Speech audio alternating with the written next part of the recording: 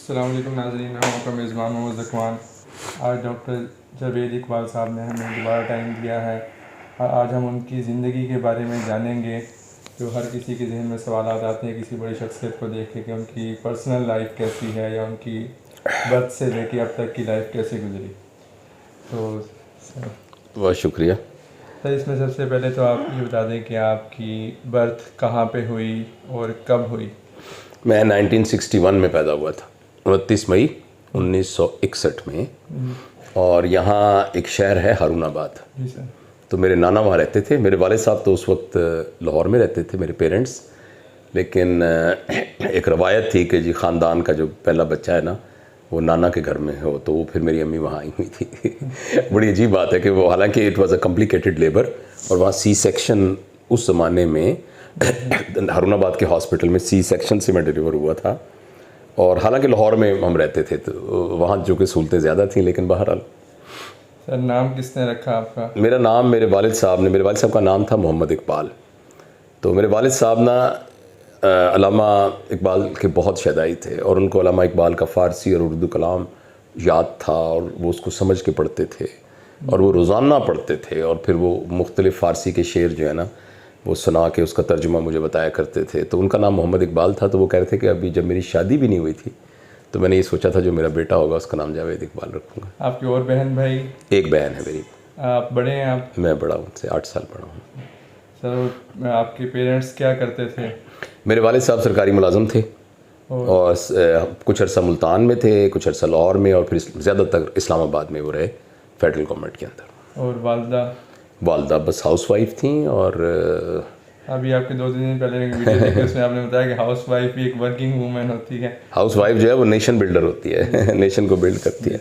मैं बहुत खुशकिस्मत हूँ। जितना मैं लोगों को पेरेंटिंग के बारे में बताता हूँ ना, और जो किताबों में मैंने पेरेंटिंग के बारे में पढ़ा है, मेरे वालिदैन को अल्लाह ताला ने वो सिखाया हुआ था। मैं दुनिया का खुशकिस्मत बच्चा अपने आप को समझता हूँ। मुझे इतना ज़बरदस्त चाइल्डहुड मिला है जो आइडियल चाइल्डहुड किसी का हो सकता है। सर, घर का माहौल कैसा था? बहुत ज़बरदस्त माहौल था। हम 4 लोग थे घर में। 7 साल तक तो मैं अकेला ही था, मैं और अम्मी अब्बू। जी सर। और फिर मेरी बहन थी, और एक हमारे घर में एक मुलाजिम होता था, वो भी हमारे भाई की तरह ही था।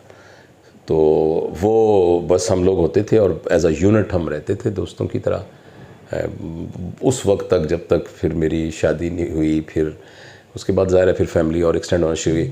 तो बहुत ज़बरदस्त हमारे घर में माहौल था। मेरी वालदा जो है वो, मैंने अपनी वालदा को कभी, मैं पूरे यकीन से कह सकता हूँ, मुझे नहीं याद कि कभी वो बीमार हुई हों कि वो तहज्जुद में ना उठी हों।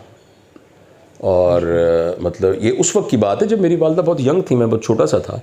तो उस वक्त से मेरी वालदा जो है वो तहज्जुद में इबादत किया करती थी। और कुरान को कभी भी वो इस तरह नहीं पढ़ती थी कि जैसे हम पढ़ें यासीन वल कुरानिल हकीम इन्नका कम, नहीं, यासीन वल कुरानिल हकीम, ये कुरान है वो तर्जुमे के साथ पढ़ती थी। और तर्जुमा उन्होंने, हमारी एक खाला जी थी मौलाना मोहम्मद शरीफ कश्मीरी साहब, जो कि खैरुल मदारिस मुल्तान के अंदर शेखुल हदीस थे। तो जब मुल्तान में थे तो वो हमारी गली में रहते थे। तो उनकी जो अहलिया थी खाला जी, हम सब ने कुरान पाक उनके घर से, उनके घर में तमाम बच्चे मोहल्ले के पढ़ने जाते। तो मेरी वालदा ने और हमने कुरान जो है वो इस तरीके से अरबी लफ्ज़ के साथ ही पढ़ाया जाता। तो मेरी वालदा के नज़दीक कुरान पढ़ने का ये कॉन्सेप्ट नाजरा का इस तरह था ही नहीं। उनका कॉन्सेप्ट ये था कि जब कुरान पढ़ना है तो अरबी पढ़ के फिर उसका तर्जुमा, और वो तर्जुमा नीचे लिखा नहीं होता था, उसको खुद उनको पता था। और तहकीक नहीं है वो मगर करेगा इस तरीके से, इस तरह से जो ना, यानी उनको सर्फ नाहब के साथ उसका तर्जुमा मेरी वालदा को आता था। तो वो, अब आप ये देखिए कि जिसको कुरान इस तरीके से आता हो तो उसकी ज़िंदगी कैसी होगी, और फिर उसके बच्चे कितने खुशकिस्मत होंगे। जी सर। सर, तरबियत आपकी पेरेंट्स ने ही की या उनके साथ कोई और भी दादा? मेरे पेरेंट्स ने मुझे हर चीज़ जो आप किसी दोस्तों से सीखते हैं वो भी पेरेंट्स ने सिखाई, जो आपके बड़ों से सीखते हैं वो भी पेरेंट्स से सिखाई। और मेरे पेरेंट्स इस तरह के थे कि वो सीखने का अमल जो ना 2 वे था। मतलब जब मैं थोड़ा सा बड़ा हुआ और मैंने कुछ किताबें ज़्यादा पढ़नी शुरू की तो मेरे पे कहते यार वो ज़रा मैंने दस ना वो बारे जरा तू कह रहा सीगा फलाना गालिब दे फलाना। तो मेरे वालिद ना स्टूडेंट बन के मेरे सामने बैठ जाया करते थे। और अब जब मैं अभी जो आखिरी उनकी उम्र के दौरान तो कई दफ़ा कहते थे कि यार तू किस दिन ज़रा फ़ारग हो के ना तूने मुझे ज़रा समझाना है ये सारा जो फ़लस्तीन का मसला है ना, ज़रा मैं तो इसे समझना चाहता हूँ। यानी मेरे वालिद साहब जैसा मैंने कोई नहीं देखा दुनिया में। मैंने उन जैसा कोई मर्द नहीं देखा, कोई शख्स नहीं देखा आज तक। होंगे बहुत। तो he was a complete person, he was a complete personality. और उन्होंने इतनी यानी मोहब्बत से उनके साथ मेरा वक्त गुज़रा। और मैं एक ऑनेस्टली आपको बताऊं, जब से वो इस दुनिया से गए हैं एक्चुअली मैं संभल नहीं सका। ठीक है अपने उसमें हूँ, लेकिन मैं I am not the same Javed जो कि मैं पहले उनके होते हुए था। बहरहाल सबको जाना है इस दुनिया से। हाँ, कितनी उम्र में आप स्कूल दाखिल हुए, किस क्लास में दाखिल हुए? वही 4.5 साल की उम्र में, जैसे 5 साल में मुल्तान में एक स्कूल होता था, बड़ा ज़बरदस्त पारसियों का स्कूल होता था। और वहाँ अब तो वहाँ प्लाज़ा वगैरह बन गए हैं, द जूनियर स्कूल। तो मुझे याद है कि हमारी जो मैडम थी ना वो पारसी थी, उनका नाम था मैडम बिली मोरिया। और वो सफ़ेद रंग की साड़ी और सफ़ेद बालों के साथ ना बच्चों को सुबह रिसीव करती होती थी, और उनको रिसीव करती थी हर बच्चे को से बुला के अंदर। और उसके बाद वो पियानो पे बैठ जाती थी और वो ख़ुद पियानो बजाती थी, और उस पे वो फिर लपियाती भी पियानो पे होती थी और कुछ और नज़में वगैरह भी होती थी। लेकिन वहाँ मैं बहुत थोड़ा अरसा रहा, फिर मेरे वाले साहब का ट्रांसफ़र हो गया, फिर मेरा सारा जो था वो इस्लामाबाद में ये वक्त गुजरा ज़्यादा। सर उस वक्त तो ये प्ले ग्रुप नर्सरी वगैरह नहीं होती ना? हाँ ऐसे ही था तो वो इंग्लिश मीडियम स्कूल। तो फिर जब मैं इस्लामाबाद में गया तो इस्लामाबाद में जो सरकारी स्कूल होते हैं ना, मैं उसमें दाखिल हुआ। फेडरल गवर्नमेंट, वो पहले प्राइमरी स्कूल था, फिर फेडरल गवर्नमेंट, उसका नाम सेंट्रल गवर्नमेंट स्कूल नंबर 1 होता था G62 में। तो वो सरकारी स्कूल था और जिसकी 4 रुपये फ़ीस होती थी। और 8वीं जमात के बाद फिर मैंने MBBS के 3rd ईयर तक कोई फ़ीस नहीं दी कभी भी, क्योंकि उसके बाद मेरा स्कॉलरशिप हुआ। और जब मैं मैट्रिक में मेरे नंबर आए तो मेरा FSC का स्कॉलरशिप था, तो FSC की भी मैंने कोई फ़ीस नहीं दी। तो जब FSC का हुआ तो मेरा FSC में स्कॉलरशिप था, तो मैंने मेडिकल कॉलेज के अंदर भी 3 साल कोई फ़ीस नहीं दी। 3rd ईयर के बाद मैंने कुछ फ़ीस दी। तो और दूसरी बात यह कि जब मैं FSC 2nd ईयर में था ना, तो फर्स्ट ईयर और सेकेंड ईयर का अलग अलग इम्तिहान होता है फेडरल बोर्ड का, जैसे यहाँ होता है ना। एक ज़माने में FSC इकट्ठी भी होती थी, तो हमारा अलग हुआ। तो फर्स्ट ईयर में मेरे ठीक नंबर आ गए। तो मेरी क्लास का एक लड़का था, मेरा अपना क्लास फेलो, तो उसके वालिद साहब शाम को मुझे लेके आ गए मेरे हमारे घर, और आके कहने लगे कि ये, मैं कहा जी मेरा दोस्त है। तो उसने कहा बेटा मैं चाहता हूँ कि तुम इसको ना पढ़ाओ। तो मैं कहा जी ठीक है मैं पढ़ा दिया करूँगा। तो वो ना मेरे पास शाम को आ जाता था, मेरा क्लास फेलो ही था। तो मैं उसको 1 महीना पढ़ाया, तो उसके वालिद साहब ने 1 महीने बाद मुझे ना एक लिफाफा दे गए। मैंने कहा अंकल ये क्या है? कहने लगे बेटा ये तुम्हारी ट्यूशन फ़ीस है। मैंने कहा किस बात की ट्यूशन? कहते मैं तो मेरा दोस्त है। कहते नहीं बेटा ये किसी और से भी पढ़ता तो तुमने पढ़ाया। अच्छा, मुझे लगे कि मैंने ना गुनाह किया है, मैं बड़ी करूँ, वो ज़बरदस्ती कर, नहीं बेटा ये तुम्हारा हक़ है। अच्छा, अब हमें मिलते थे 30 रुपये महीने की पॉकेट मनी। वैसे 1 रुपया रोज़ाना मिलता था, लेकिन ये था कि फिर हम कहते थे कि 1 रुपया ना दें, आप पूरे 30 दे दें, क्योंकि ना वो फिर हम पूरे महीने अब वो से 30 रुपये लेते थे। तो अचानक मैंने खोल के देखा तो उसमें 250 रुपये थे। 250 लॉटरी हो गई। मैंने कहा ये क्या हो गया? और उसके बाद फिर ऐसा हुआ कि फिर ना मेरे पास बहुत सारे लोग, जी मैं आ रहा हूँ, बहुत सारे लोग मुझसे ना ट्यूशन पढ़ने के लिए ना आना शुरू हो गए। तो मैं इस तरह से ना मैं वो अपना खुद कफ़ील ही हो गया था तकरीबन 2nd ईयर से फाइनेंशियली। तो बहरहाल बहुत ज़बरदस्त हमारा वक्त गुजरा। सर और ये डॉक्टर बनने का शौक़ आपको था या पेरेंट्स को था? शौक़ वॉक नहीं, ये ना एक फ़्लो में ही हो गया। मेरे वालिद साहब इस किस्म के थे कि मैं मतलब मेरी दुकान भी होती ना कोई दूध दही की, तो मेरे वालिद साहब को इतना फ़र्क नहीं पड़ना था। मुझे पता है उनका मिजाज का। लेकिन यह है कि जब मैंने मैट्रिक किया तो मैंने अपने स्कूल में अपने उसमें प्री मेडिकल में टॉप किया था। तो मेरा मेडिकल कॉलेज मुझे दाखिला हो गया कॉलेज में रोल नंबर 1 था। अच्छा, जब कॉलेज का रिज़ल्ट आया तो स्ट्रेट अवे मुझे निश्तर में दाखिला मिल गया। मुल्तान में हम पहले रहते थे, हमें बड़ा अच्छा लगा निश्तर में। तो बस एक फ़्लो में ही हो गया सारा कुछ। मतलब बचपन से ही टॉपर रहे हैं आप? टॉपर तो नहीं, पहले 4-5 में रहा हूँ मैं, पहले 4? हाँ हमेशा। हाँ सर और कभी कभी टॉप भी कर लेता था। जी सर इसमें आपने निश्तर में कब एडमिशन हुआ आपका? 79 में। 1979 में। उससे पहले मैट्रिक FSC में बोर्ड वगैरह पोजीशन आई? नहीं, बोर्ड में पोजीशन तो नहीं आई थी, लेकिन वैसे स्कूल कॉलेजेस में ठीक ही होता था मैं। सर MBBS के 5 साल पढ़ाई के साथ साथ क्या किया? बहुत कुछ किया। 2nd ईयर में हम तबलीग वालों के हत्थे लग गए, और फिर हम अगले कुछ 4.5 साल ना हर महीने 3 दिन जमात में जाते थे, और इम्तिहान का रिज़ल्ट हम अल्लाह के रास्ते में सुनते थे। 40 दिन के लिए जाते थे, और हम ना उस में शामिल हो गए जो तबलीगी जमात। साथ में क्रिकेट खेला करता था, साथ में शायरी किया करता था। शायरी का शौक मेडिकल कॉलेज में? मैट्रिक से ही मैं शायरी किया करता था। तो हमने वो वक्त भी बड़ा ज़बरदस्त गुजारा और बड़ा जनाब मज़े से गुजारा। तो ये क्वेश्चन मैंने आगे आपसे पूछना था, क्योंकि आपकी बातों से ना वो तबलीग वाली एक झलक नज़र आती है आपकी। हम तमाम मुसलमान तबलीग वाले हैं। जी। अल्लाह ताला ने हम सब मुसलमानों को नबी करीम सल्लल्लाहु अलैहि वसल्लम का नुमाइंदा बना के यहाँ भेजा, और नबी करीम सल्लल्लाहु अलैहि वसल्लम आखिरी नबी हैं, इनके बाद कोई नबी नहीं आएगा। जो नबी का पैगाम है उसको दुनिया के आखिरी कोने तक पहुँचाना मेरी और आपकी रिस्पॉन्सिबिलिटी है। चाहे आप तबलीगी जमात में ऑफिशियली इन्वॉल्व हों या ना हों, आप जहाँ भी हैं आप बेसिकली रिप्रेजेंटेटिव हैं अल्लाह के पैगाम के, जो कुरान है।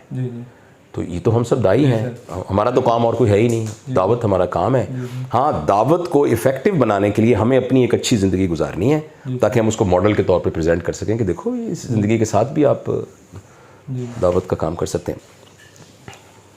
सर, इसमें आपने बताया कि MBBS के साथ साथ शायरी की और तबलीग में वक्त दिया, इसके अलावा भी कोई सोसाइटीज़? बस ये बड़ा काम होता है यार, ये इतने कामों से कहाँ। और स्पोर्ट्स? क्रिकेट मैंने कहा, क्रिकेट तो बहुत बाकायदगी से खेला करता था। जी सर। सर, शायरी का शौक़ कैसे हुआ? ये मुझे पता नहीं कैसे हुआ, लेकिन शुरू से मेरी तबीयत मौजूद थी। आमतौर पे कहा ये भी एक अक्सर पाया जाता है कि शुअरा को कहीं ना कहीं प्यार हुआ होता है, तो फिर उसके बाद शायरी शुरू होती है। तो दुनिया में कौन सा इंसान है जिसको प्यार ना हुआ हो? और आप मेरे पास क्यों बैठे हुए हैं? इसलिए कि हमारे दरमियान एक प्यार का रिश्ता है ना। जी सर।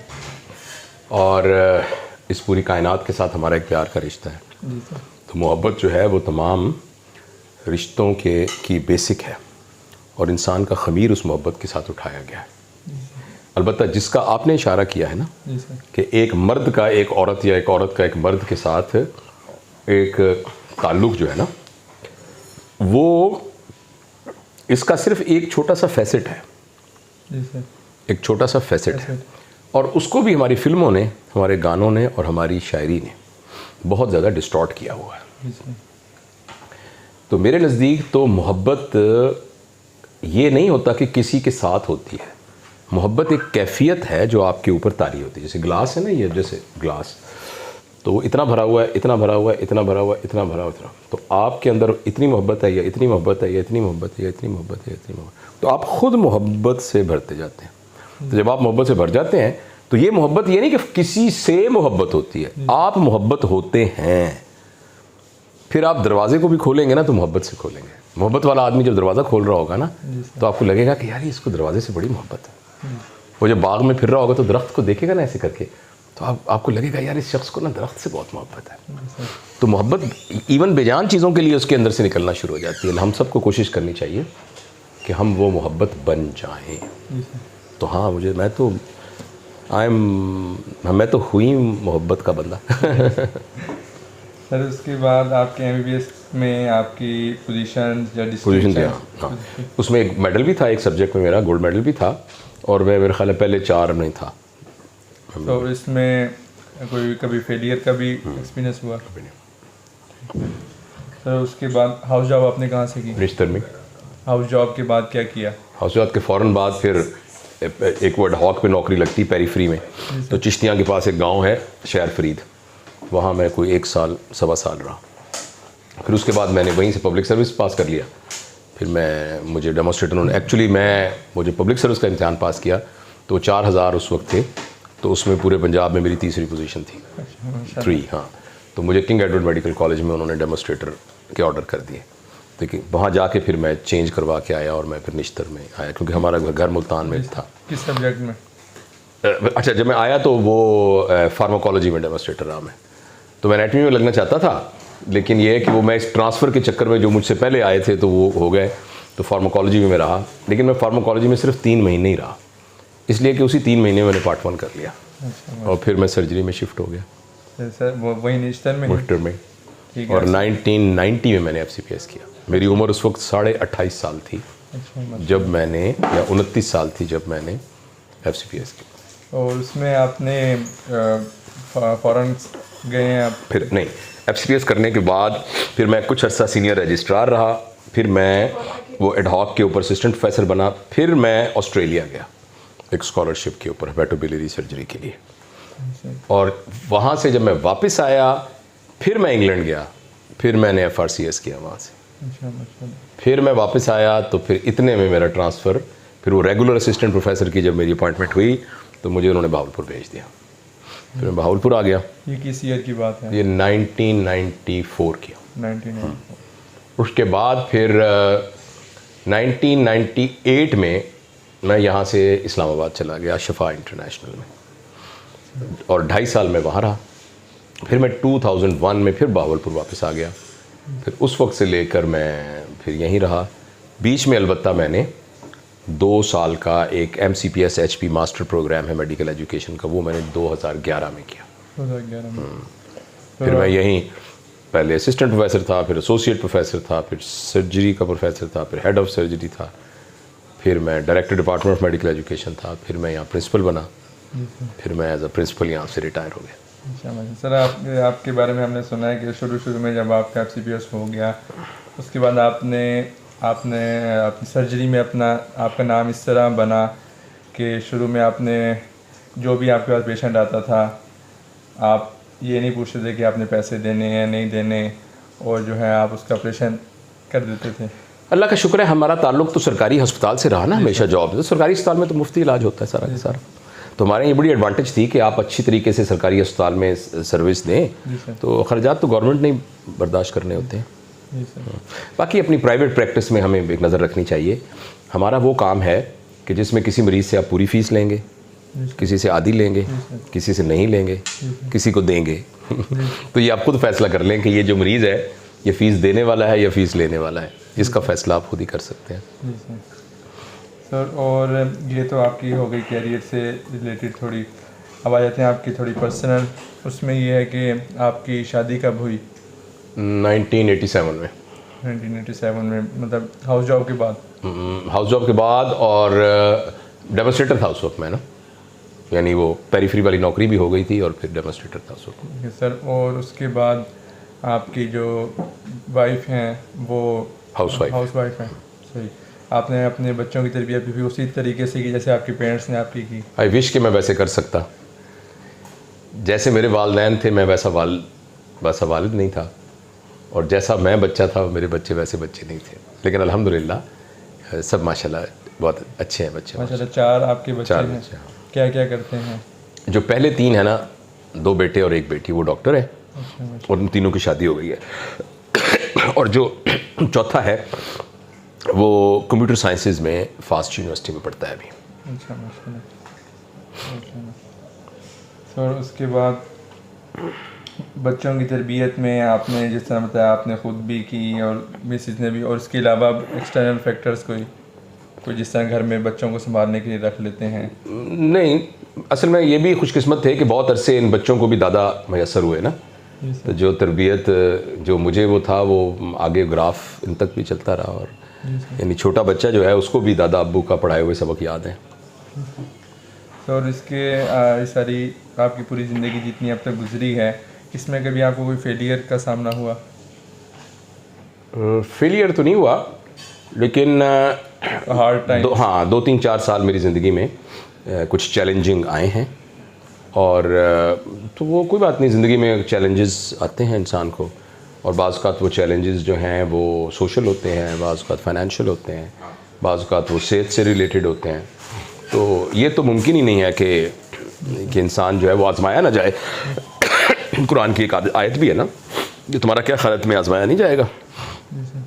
तो हम सब के ऊपर आजमाइश आती है, लेकिन अगर हम सही रास्ते पे होने की नीयत करें तो वो जो आजमाइश है ना उसको हम देखें। कुरान में जहाँ किसी नाफरमान को पर सख्ती की गई है ना, तो अज़ाब का लफ्ज़ है, मुअज़्ज़ब अज़ाब का लफ्ज़ है।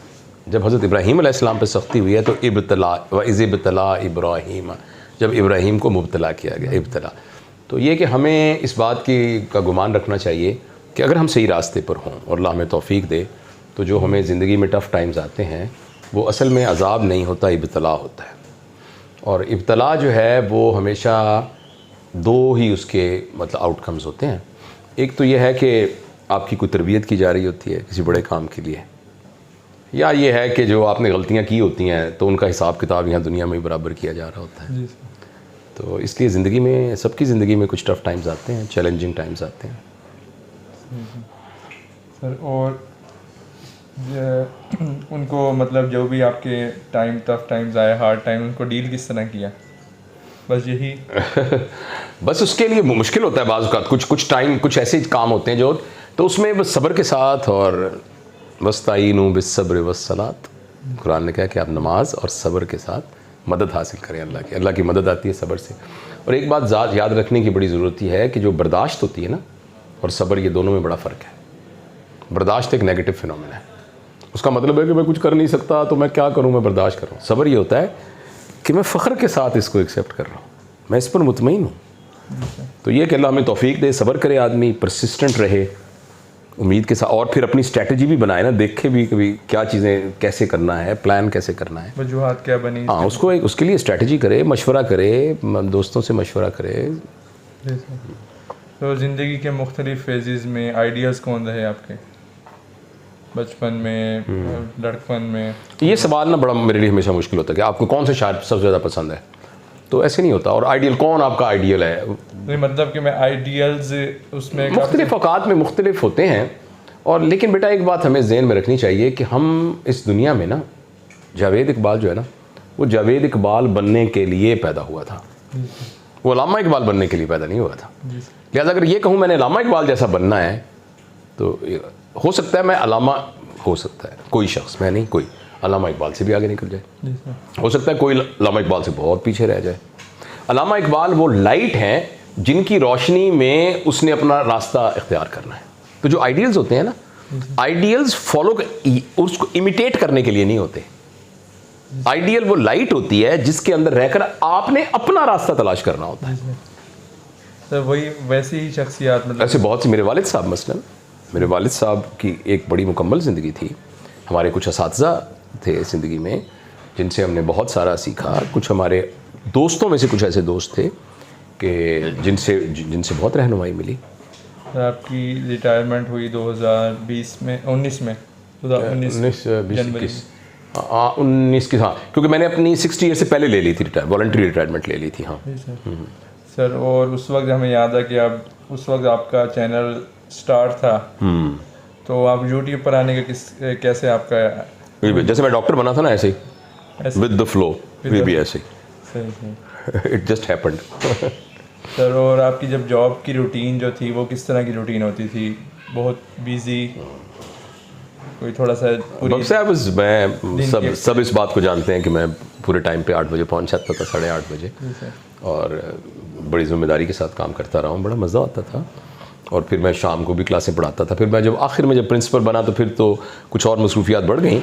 अदरवाइज़ मैं मतलब एमरजेंसी में भी ऑपरेट करने जाया करता था, बाकी सारा भी। तो बड़े भरपूर तरीके से हमने अपनी प्रोफेशनल लाइफ गुजारी है, अल्हम्दुलिल्लाह। सर, रिटायरमेंट के बाद की लाइफ की क्या रूटीन है?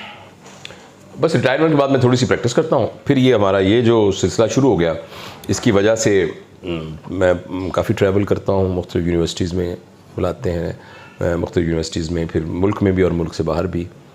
तो वो भी एक एरिया है। बाकी थोड़ा सा अपनी रोज़गार के लिए थोड़ी बहुत सर्जरी करता हूँ।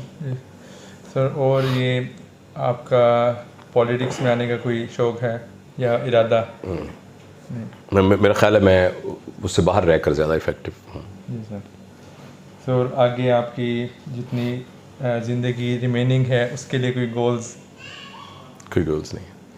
हमारा गोल सिर्फ ये है, मैं असल में ना आउटकम, पता नहीं आपको ये बात कैसे समझा सकूँगा कि मैंने अपनी ज़िंदगी हम कभी भी आउटकम को सामने रख कर नहीं गुजारी, हमेशा प्रोसेस को सामने रख के गुजारी है।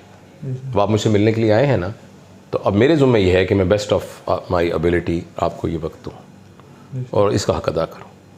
बस ये प्रोसेस मेरे लिए है। मैं इसका आउटकम क्या निकलेगा वो है कि अगर ये अच्छी नीयत के साथ होगा तो इसका आउटकम अच्छा ही निकलेगा। उसके बाद सर्जरी के लिए मैं चला जाऊँगा तो मेरे ज़िम्मे है कि मैं बेस्ट ऑफ आर एबिलिटी उसको परफॉर्म करूँ। इसी तरह मैं जब घर जाऊँगा तो मेरी पोती पोता वो बैठे होंगे तो मैं उनके साथ बेस्ट ऑफ माई एबिलिटी उनके साथ उल्लू बू करूँ, वो सारा उनके साथ करूँ, बेस्ट ऑफ एबिलिटी। फिर नमाज का टाइम आ जाए तो with best of my ability मैं अल्लाह के सामने झुकूँ। फिर सोऊँ तो with best of my ability मैं सोऊँ। तो यही है। तो प्रोसेस इज अहम। प्रोसेस हमें कोई ऐसा फीता तो है ही नहीं कि दौड़ के आपने उस फीते को काट के ना तो फर्स्ट आना है और सेकंड आना। हम सबको ये लग रहा होता है कि मैंने कुछ अचीव करना है। प्रोसेस है बस। देखिए ना, एक ज़िंदगी है ना, किसी की 70 साल ज़िंदगी है, तो ज़िंदगी का एक दिन 70 का कितना हिस्सा होगा, जितना भी हिस्सा है उतनी ज़िंदगी तो गुजर गई, तो आगे उतनी ज़िंदगी गुजर गई, उतनी ज़िंदगी। तो it's a process, life is a process. तो प्रोसेस पे फोकस करना चाहिए, बाकी नतीजा अल्लाह पाक। हाँ, अब प्लान तो करते हैं लेकिन फोकस प्रोसेस पे करें आप। सर आपका बहुत बहुत शुक्रिया, आपने अपने ज़िंदगी से मुतालिक इतनी अहम बातें बताई। Thank you. Sir last message कोई देना चाहेंगे? मैसेज बेटा यही है कि ये ज़िंदगी इतनी थोड़ी है, इतनी थोड़ी है कि इसमें इंसान अपनी एक भी ख्वाहिश पूरी नहीं कर सकता, मगर ये ज़िंदगी इतनी ज़्यादा है, इतनी ज़्यादा है कि इसमें ये कोई ऐसा काम कर सकता है कि जो इंसान को गैर फ़ानी बना दे और आने वाली दुनिया तक उसका इम्पैक्ट रहे। तो अब ये हमने फ़ैसला करना है कि मैं इस थोड़ी सी ज़िंदगी में, जिसमें मैं एक भी ख्वाहिश पूरी नहीं कर सकता, मगर मैं कुछ ऐसा कर सकता हूँ जिसकी वजह से लाइफ लॉन्ग मेरी एक लेगेसी क्रिएट हो सकती है। और मुसलमान होने की हैसियत से हमें ये पता है कि जो ये आप दुनिया में लेगेसी क्रिएट होगी, उसकी पता नहीं कितने अरबों गुना मौत के बाद की ज़िंदगी में लेगेसी क्रिएट होगी। तो बेस्ट फैसला आपने और मैंने ये करना है कि क्या मैं ख्वाहिशों के पीछे भाग कर अपनी ज़िंदगी गुजारूँ कि मैं एक पर्पज़ के पीछे भाग कर अपनी ज़िंदगी गुजारूँ। ये हमने फ़ैसला करना है खुद। हर वो चीज़ जो ख्वाहिश है, तो उसके लिए हमारे दिल के अंदर एक वाई का क्वेश्चन आना चाहिए, ये ख्वाहिश मुझे क्यों है, और जब उसका सेटिस्फैक्ट्री जवाब मिले तो उस ख्वाहिश को पूरा करने की कोशिश की जाए। अदरवाइज वो फिर डिज़ायर है, वो आपको वेस्ट करेगी। और अल्लाह ताला ने कुरान में साइकोलॉजी इंसान की बताई है कि जब आप ख्वाहिश की तकमील करते हैं तो एक्चुअली उसकी बुनियाद पर एक और बड़ी ख्वाहिश जन्म लेती है। जब आप 100 रुपये की ख्वाहिश करते हैं तो 99 रुपये मिलने तक ही ये ख्वाहिश 1000 की बन जाती है। तो लिहाजा हमें मश्क करनी चाहिए कि हम ख्वाहिश और ज़रूरत के दरमियान फ़र्क करें। अगर ख्वाहिश का राशनेल आंसर मिल जाए तो वो ख्वाहिश नहीं होती, ज़रूरत होती है। मसलन आप कहें कि मैंने एक हवाई जहाज़ ख़रीदना है, हेलीकॉप्टर, तो आप अपने आप से पूछें मैंने क्यों लेना है। ये हो सकता है कि आपको उसका एक राशनेल जवाब मिल जाए, तो करोड़ों रुपए का हेलीकॉप्टर हासिल करने की मेहनत करना कोई बुरी बात नहीं है। जी सर। ये कह रहा हूँ मैं। ठीक, बहुत बहुत शुक्रिया आपका।